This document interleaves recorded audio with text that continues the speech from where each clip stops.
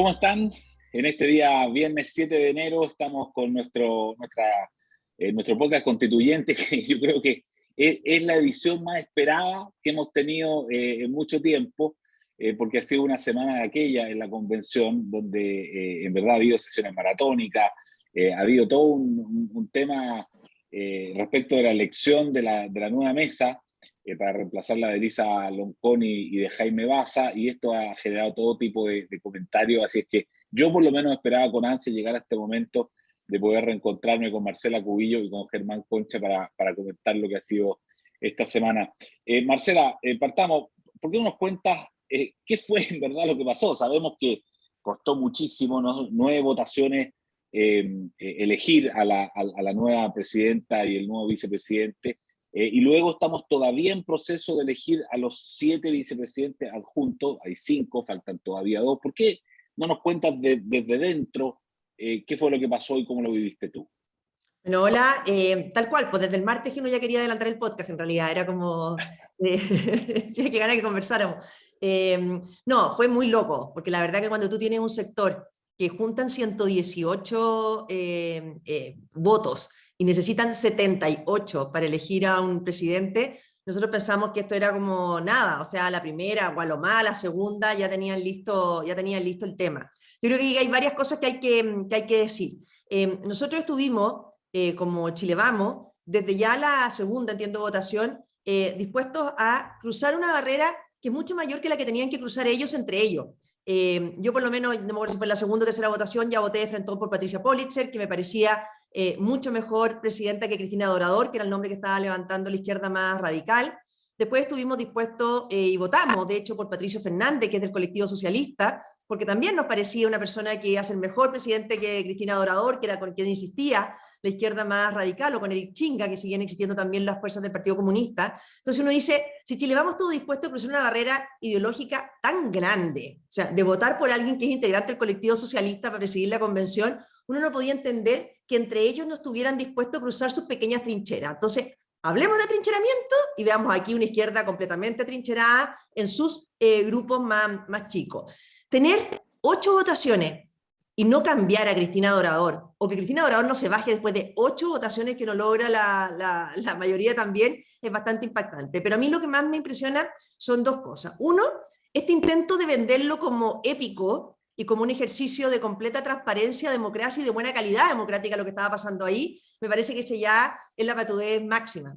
Porque esto fue cocina, pero mala cocina. O sea, de verdad que cada cierto rato se interrumpía esto, volvían a conversar y no llegaban de acuerdo. Piensa que a las 2 de la mañana nos dicen que van a suspender por 10 minutos. Eran las 4 de la mañana y no teníamos ninguna información de que no se volvía, si se volvía o no. O sea, seguían cocinando, pero son malos para cocinar. ¿Ah? Y recién al día siguiente, o sea, ¿cómo no va a ser cocina si al día siguiente un nombre que nunca estuvo en las votaciones del día anterior, en 8 votaciones, aparece, listo, de nada, una carta bajo la manga con todos los votos, los 78 votos suficientes? Entonces, primero no vender como épica eso. Y la otra cosa que nosotros hemos hablado mucho en este podcast es que nuevamente el Partido Comunista demuestra tener muchísima más habilidad política dentro de la convención que sus socios del Frente Amplio. El Partido Comunista insiste primero, ellos bajan de iniciativa propia a Bárbara Sepúlveda y le ponen el peso, ¿no es cierto?, al Frente Amplio diciendo cuidemos al gobierno, no gobernemos las 2 partes, ustedes debieran hacer lo mismo con la Beatriz Sánchez. Y después se dedica el Partido Comunista a empujar o a Eric Chinga o ellos a generar esta alternativa de María Elisa Quintero y ganan con ella, y el Frente Amplio pierde con todos los candidatos que levanta. Entonces aquí, cuando uno ve las fotos del Partido Comunista celebrando esa noche, es que tienen mucho que celebrar, porque es una habilidad, la verdad que mi respeto a la habilidad política que ha mostrado el Partido Comunista dentro de la convención. Logran elegir a alguien que no es de sus filas, pero obviamente que empujado por ellos, con los movimientos sociales, la lista del pueblo, pueblo originario, Partido Comunista, etc.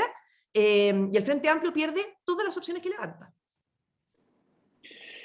Oye, qué interesante. Sí, aparecen varios elementos. Fíjate que siguen apareciendo cosas novedosas, digamos, pese a que hemos hablado harto de este tema durante esta semana.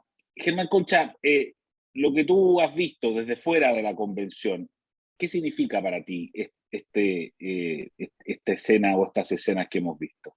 ¿Te emocionó el ejercicio democrático? Claro. Claro. Hola, ¿cómo están? A ver, lo que pasa es que parto por ahí. esta es una demostración, al parecer, de que era cierto que íbamos a desterrar todo el neoliberalismo, o lo que la mayoría de la convención considera neoliberalismo, porque primero los asesores económicos, algunos de ellos del presidente electo, nos dicen que ahora hay que buscar el decrecimiento, porque como al sistema o al modelo le gusta crecer, entonces ahora hay que buscar el decrecimiento. Y como el modelo es criticado por exagerar o por preocuparse mucho de la eficiencia, entonces ahora nos dan un espectáculo bochornoso de ineficiencia. Porque es cierto lo que dice Marcela, es impresentable. Cuando tú tienes mayoría sólida, porque tienes en números cantidad para resolver, tienes disposición de colaborar, tienes otros sectores que están dispuestos a votar por alternativas razonables, y te demoras la cantidad de tiempo que te demoras, 8 votaciones en que no llegan a ninguna parte, sin ninguna coordinación, porque tú ves que no es que se vaya mejorando gradualmente, no, es otra y otra, y después te dicen, no, esto está súper bien hecho. ¿Qué es lo que tiene de bien hecho, digamos? ¿Qué es lo que tiene de bien hecho, además, pensando en la relación que la propia convención, porque quienes controlan la convención han señalado, que quiere tener con el presidente electo? O sea, esto es un problema para el gobierno que tiene que entrar, no es una ayuda. Esto no es una señal que ayude al gobierno que quiere entrar, porque le corresponde entrar, sino que al revés, porque vuelve sobre el fantasma de, bueno, ¿de dónde van a venir los problemas del futuro gobierno? ¿De la oposición o de su propia coalición de base? Porque si esto es una muestra de lo que viene, pues aquí tienes, la hegemonía de la convención tenía, como decía Marcela, votos suficientes para decir esto sin preguntarle a nadie. Ya, es incapaz de ponerse de acuerdo. Es incapaz de ponerse de acuerdo una hegemonía que, en teoría, es la misma que sostiene al gobierno triunfante, recién electo. Entonces tú dices, en algo que era un cargo, que era una manera de darle una señal de gobernabilidad, de estabilidad al país rápido, en vistas al gobierno que viene, te demoras y tienes este bochorno institucional. Bueno, ¿qué viene para adelante entonces? ¿Cómo funciona institucionalmente esto cuando no tengas solo que elegir un cargo, sino que uno no quiere ni pensar en lo que significa elegir gabinete completo, subsecretaría, la cantidad de cargos que hay que designar? O sea, ¿se van a demorar qué? ¿Meses? Claro, es como la explosión de individualidades, ¿no? Esta cosa de la política de las identidades como hecha, convertida en un laboratorio dentro de la convención, ¿no, Marcela? ¿Tú compartes Sí. eso, que esto puede tener un efecto, un impacto en la gobernabilidad de Boric? A ver, yo creo que el punto que estás diciendo, bueno, lo dijo Germán, pero lo decís tú al final también muy, muy claro, ¿no es cierto? Es como que cada persona y cada dos personas es un colectivo en sí mismo, a juicio con los términos que ellos usan, ¿ah? Y cada uno es una identidad propia, y yo creo que aquí lo que pasó, además, que no hay que desmerecer, que esta elección coincide con el momento en que están definiendo su gabinete, los cargos de poder, entonces también era una medición de fuerza importante. Entonces, por eso yo creo que es más relevante aún lo que logra hacer el Partido Comunista, en que en el fondo logran elegir una mesa que ellos la ponen, ellos la inventan y ellos la sostienen. Yo creo que también se estaban midiendo fuerzas para lo que viene para la distribución de cargos. O sea, si esta elección se hubiera producido una semana antes de la elección de Boric, yo creo que a la segunda ya tienes presidente en la convención. Pero se da en un minuto en que están demasiadas cosas repartiéndose. Bueno, y habían muchas bromas que no son tan bromas, ¿no es cierto? O sea, cuando la gente dice, bueno, esto queremos con un parlamentarismo y con un unicameral, o sea, imagínate el nivel de obstrucción que se va a producir cuando ya los partidos entonces no representan lo que tienen que representar, las coaliciones no existen, los acuerdos son mal mirados, no mal construidos. Obviamente que no fue un buen anticipo de tampoco cambios en esa materia.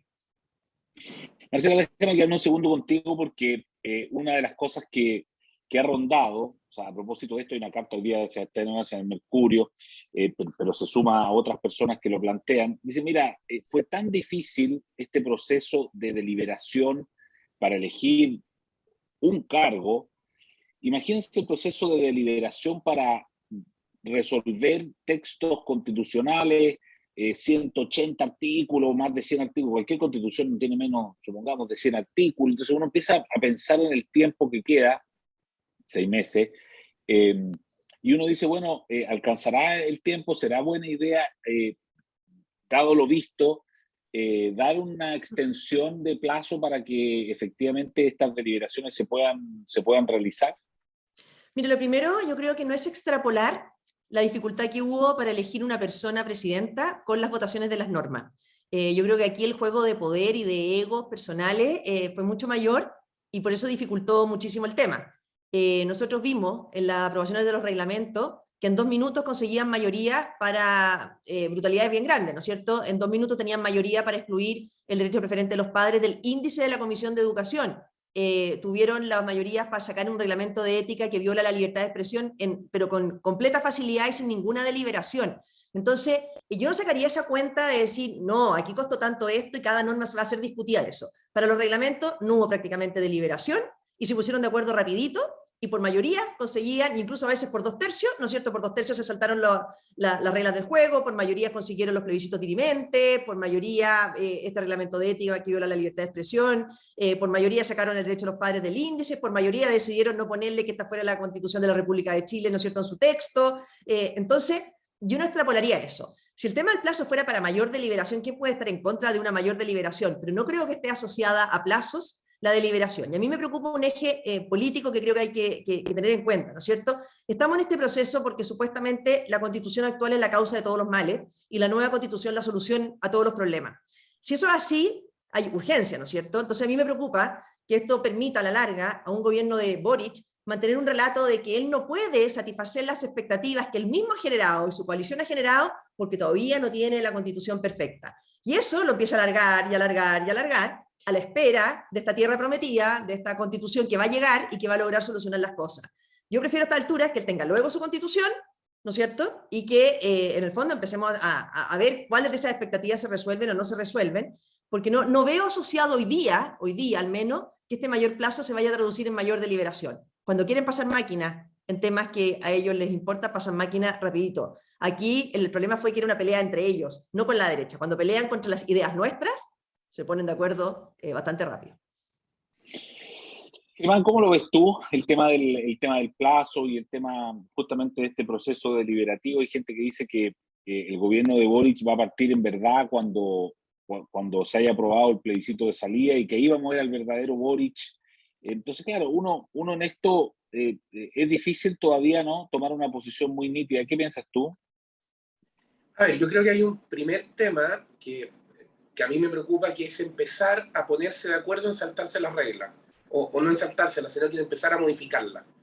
Porque la primera modificación tú la haces habitualmente con un muy buen argumento. No, sí, mira, se nos pasó tal cosa, en realidad no pensamos en esto, no sé qué. Y ahí pasas una suerte de barrera invisible, que es que nos pusimos de acuerdo en unas ciertas reglas y esas ciertas reglas se respetan. Porque no estamos hablando de reglas absurdas, no estamos hablando de que se dijera, mira, tienen que preparar el borrador de Constitución en una semana, que no sé, claro, que quedó mal hecho y todo el mundo se dio cuenta desde el principio. No, aquí lo que pasa es que, y siendo honesto, es que la convención perdió mucho tiempo. Entonces también yo creo que la hegemonía de la convención tiene que hacerse cargo de que el problema de que les queda poco tiempo es que perdieron mucho tiempo. Se dedicaron a hacer mucha cosa identitaria, mucho como darse el gusto de decir, oh, qué importantes somos, qué buena fue la victoria, que no sé qué, ya, y la tarea que había que hacer. Entonces ahora, claro, queda poco tiempo, pero ese poco tiempo queda porque te gastaste indebidamente el que estaba antes, digamos, que es donde debieras haber empezado a trabajar. Entonces me preocupa, y creo que institucionalmente es un tema que hay que tener a la vista, que es complejo, empezar a cambiar las reglas del juego a mitad del partido, por muy bueno que parezca ahora el argumento, porque esto no es una consecuencia del diseño original, esto es un problema de cómo se usó. Por lo tanto, no solo alteras las reglas con las que partiste, sino que además da una muy mala señal. Porque entonces, ¿qué es lo que va a pasar? ¿Y qué pasa si extiendes, por ejemplo, por 6 meses más? Y se vuelve, la convención se vuelve a gastar innecesariamente, indebidamente el tiempo. Va a pedir otra prórroga y va a seguir, y va a seguir, y va a seguir en las prórrogas, manteniendo una suerte de... porque aquí además hay una imagen, si tú mirabas el atrincheramiento al que aludía Marcela de la hegemonía de la convención, también hay un tema de una convención que se entiende a sí misma, o parece entenderse la hegemonía dentro de ella, como el único representante fiel de lo que quiere el pueblo de Chile. Entonces también tienes un tema, porque todos los poderes públicos tienen un ciclo de renovación. Como tienen un ciclo de renovación, quienes ocupan esos cargos saben que no pueden actuar de cualquier manera porque hay elecciones y van a ser sometidos a testeo por la población y pueden perder el favor popular y por lo tanto pueden perder los cargos, las mayorías pueden cambiar, etcétera. Pero aquí tienes un órgano que por la manera en que está diseñado, y tiene sentido, las convenciones son así, es rígido, no va a cambiar, no hay una nueva elección que tú puedas decir, ¿sabe qué? El pueblo, no los integrantes de la convención, ¿sabe qué? No nos gustó cómo han hecho esto, vamos a cambiar a los integrantes. Eso no se puede hacer. Entonces las prórrogas también tienen que ver con mantener una rígida, digamos, una suerte de expresión de un equilibrio político que tú miras todas las demás instituciones del país, todas las demás elecciones, y dice no tiene nada que ver con el resto de Chile. Entonces las prórrogas también tienen, desde esa perspectiva me parece, en lo estrictamente institucional, un riesgo grave. Súper interesante, Marcela, ya decir algo. Sí, es que a raíz de lo que está diciendo Germán, que me parece que hace todo el sentido, yo siento como esto pasa por el Congreso, ¿no es cierto? Y una negociación en el Congreso, o sea, por más que esta convención haya declarado que era soberana el día 1, la mayoría de la convención, están entendiendo que no son soberanos, que tienen que ir a pedirle al Congreso la prórroga del plazo para cambiar las reglas del juego que se definieron. Yo creo que si es que se abriera un cambio en las reglas del juego en esta materia, entonces está abierto a cambiar las reglas del juego en muchas otras.